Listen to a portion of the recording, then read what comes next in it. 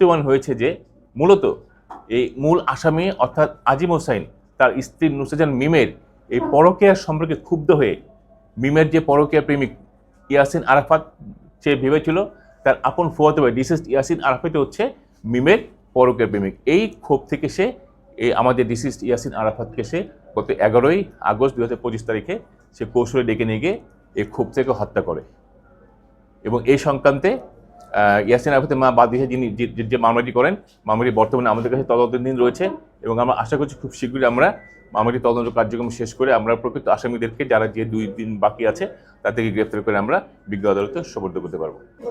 না, আমরা প্রথমে এটাই ভেবেছিলাম যে মিমদের পরিবারের সঙ্গে ডিসিস্টের পরিবারের কোনো পারিবারিক কোনো বিষয় ছিল কিনা, কলহ ছিল কিনা।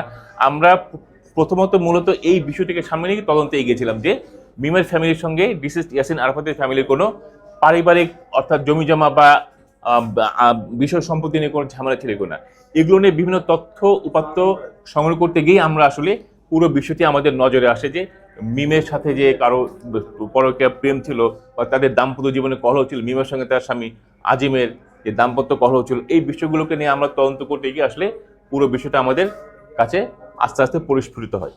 আসসালামু আলাইকুম। আমার নিরপরাধ ইয়াসিন আরাফাতকে যারা হত্যা করছে আমি তার সঠিক বিচার চাই, তাদের পর্যন্ত ফাঁসি চাই। আমি আইনের কাছে আমি 10 মাস যাবত আমি এটার জন্য পুলিশের কাছে অনেক ঘুরছি, বাট রেজাল্ট পাই নাই। তারপরে পিবিআই এর সহায়তায় ওনাদের অনেক চেষ্টা, অনেক আন্তরিকতার কারণে আজকে আমি প্রকৃত খুনির সন্ধান পাইছি। তাই আমি আমার খুনিদের যথোপযুক্ত সাজা চাই। আমার নিরপরাধ নিষ্পাপ ছেলেটারা যেভাবে হত্যা করছে তাদেরকে আমি তাদের ফাঁসি চাই, তাদের আমি ফাঁসি চাই আন্তরিকভাবে যারা যারা খুন করছে। আমার এটাই চাওয়া। আর আমার ছেলেকে যেভাবে মারছে তার পর্যাপ্ত পরিমাণে আমি তাদের ফাঁসি চাই খুনিদের।